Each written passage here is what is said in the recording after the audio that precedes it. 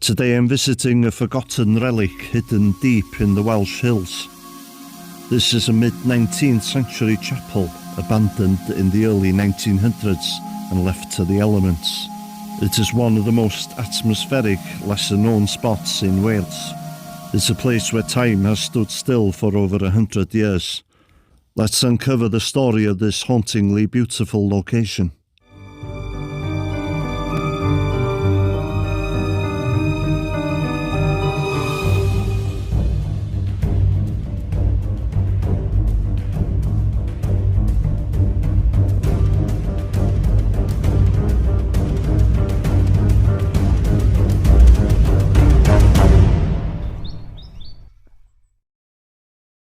Okay, I've driven pretty much as far as I can up this hillside, but I've still got a bit of a trek in front of me.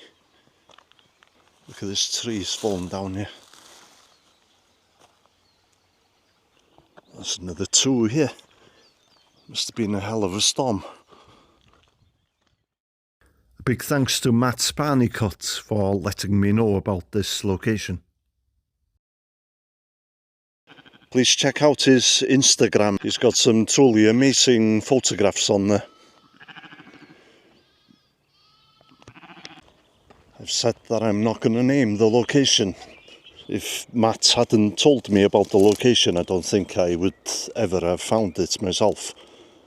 There's very little information about the place online. The chapel was established in the 1850s. And the first burial to take place there was in 1870. This road actually is a dead end. It leads up to a farm, but there's a public footpath that runs either through or near the farmyard. I've been itching to come here for a number of weeks now, but I've been waiting for perfect weather conditions.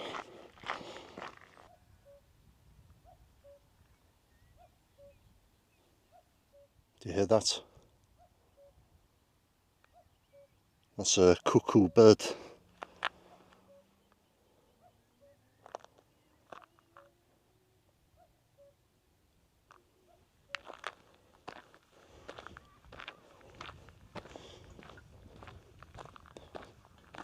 Apparently there are some other abandoned chapels in this valley, but the one that we're visiting today is the only one which has a cemetery attached to it. There's a sign just behind me saying that there's a public footpath down this way, but I can see another sign just over there, so I don't know which way to go now. Okay, I think it's down this way. I've still got a bit of a track to go. Scenery is amazing here. Look at that.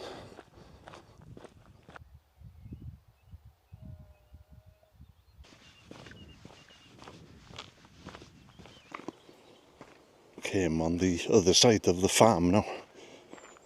I hope I'm on the right path. Just the road kind of forked again. If I'm right, the chapel should be just along here on the left-hand side. Wow, that's unusual. Kind of two stone slabs with a big boulder on top of it. I wonder if there's a story about this place.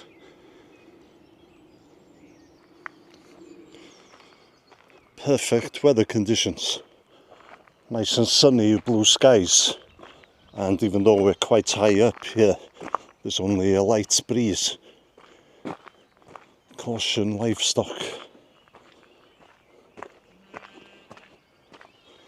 Does that mean there's a bull here?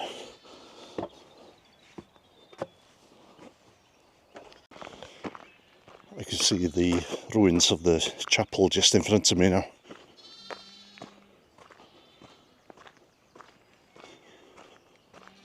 The place was renovated in 1902, but sometime between then and 1948 it had been abandoned due to depopulation. There used to be a community here of around 10 houses, but only the farms remain. Wow, look at that.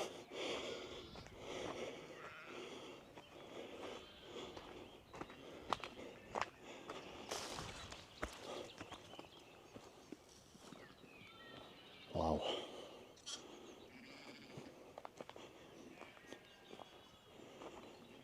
I'd say apart from a couple of locals and some hikers, very few people know about this place.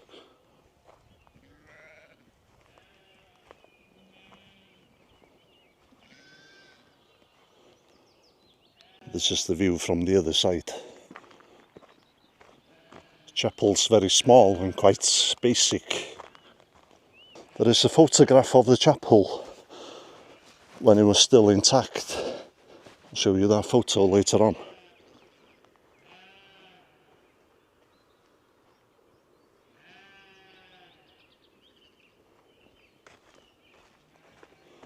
And the cemetery is very small.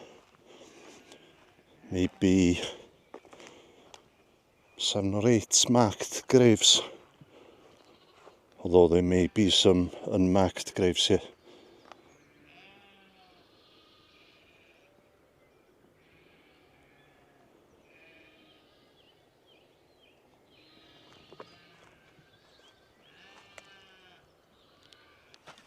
Let's have a quick look inside the chapel.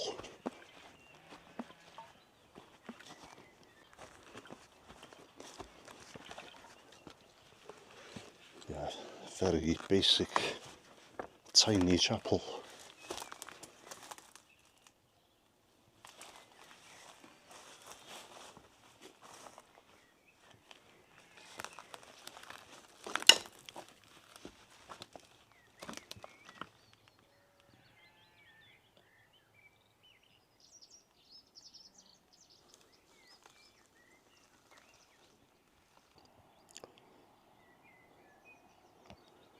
I've not seen a single person on the path.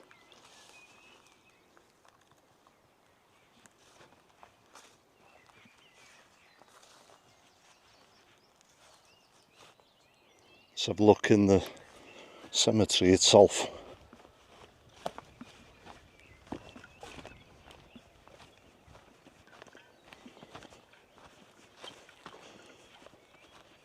The grave with the railings here. This was the first person to be buried here in 1870. Actually, I tell a lie. I think this is actually the first. John, son of Robert and Anne Griffiths, the one who died August 10th, 1870, at 22 years old.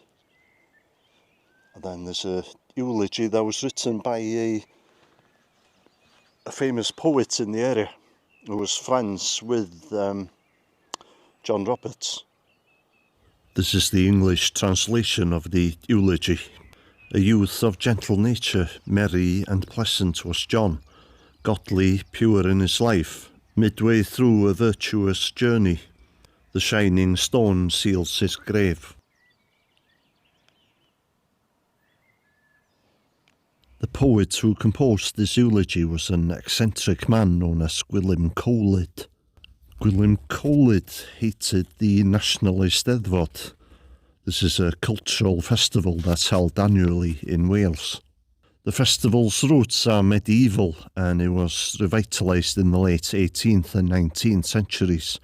Now, Gwilym Coelwyd hated this festival and he would arrange a rival festival each year. And his brother-in-law actually won the main prize for poetry in the National Eisteddfod 3 times, which might explain why Gwilym Coelwyd hated the festival. Pretty sure it said online that this was the first burial here, but it's definitely not. So this person died in 1871. Well, there's actually 3 people here. Thomas Pierce, and he died August 31st, 1871, at 45 years old. Also his son John Pierce, who died August 27th, 1888, at 29 years old. and his widow Ellen, and she also died in August 4th, 1890, 1890 or 1890 or 1895, I'm not sure, and she was 58 years old. So all three of them died in August, as well as John Roberts here.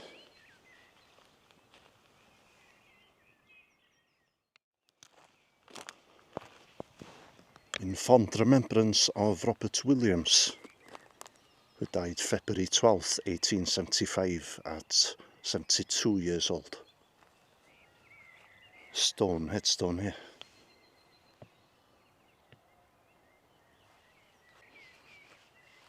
There's usually slate headstones in this area. Kind of giving you a clue which part of Wales I'm in now. And this is actually the grave of the person who established the church, or the chapel. John Roberts was born August 15th, 1784. Died January 30th, 1879 at 95 years old. So he was buried right next to the chapel that he established.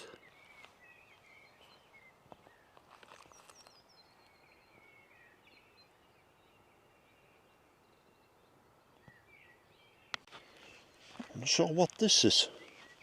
Well, I guess it must be the remains of a grave anyway, a gravestone. There was one person who was buried here who was later exhumed and buried further down the valley, and he was actually the person who granted this land so that the chapel could be built.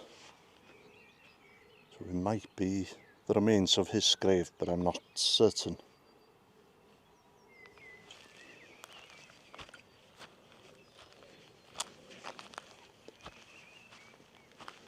In memory of William Pierce. I'm sure there was a Pierce down there as well, so the same family probably. Dear child of, I can make that out, but he died February 6th, 1877 at 4 months old.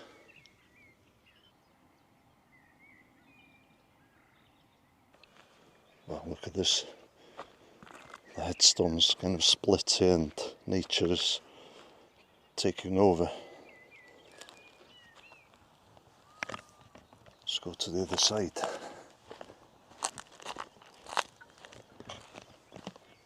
In fond remembrance of Grace Rowlands, wife of David Rowlands, who died September 27th, 1876 at 53 years old. Pretty happy with the weather conditions. It might have been better to come here early in the morning when the sun would have been behind me.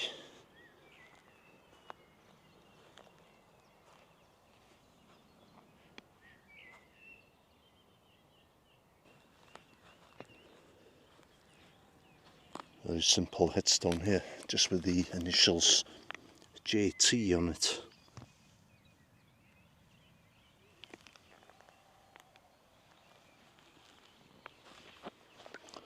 There must be a number of unmarked graves here. Just the remains of a grave here. Another one there, possibly.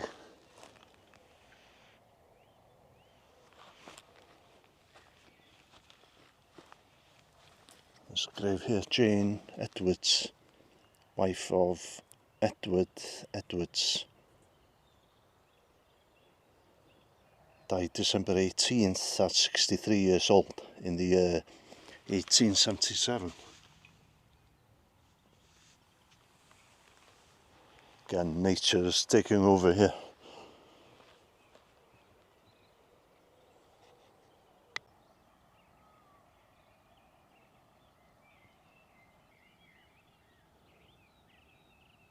As you can see, there used to be a gate here.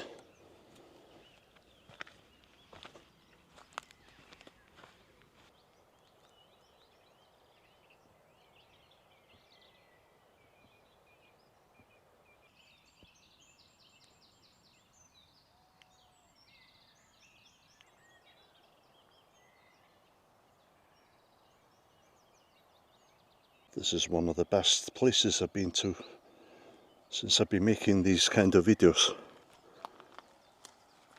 I'll probably come back here sometime, maybe in the winter.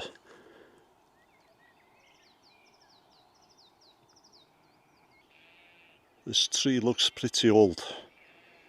I'm guessing it was probably here when the chapel was constructed, although it must have been a very small tree back then.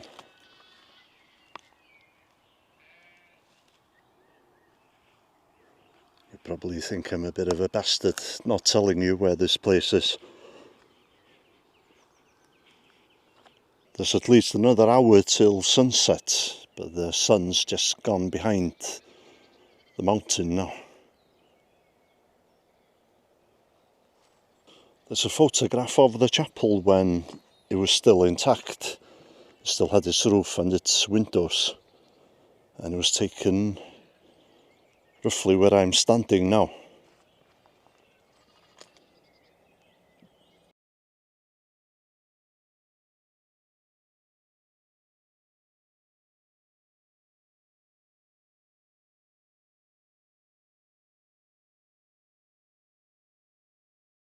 The community that the chapel served must have been quite spread out. You see one cottage down there, the ruins of a cottage.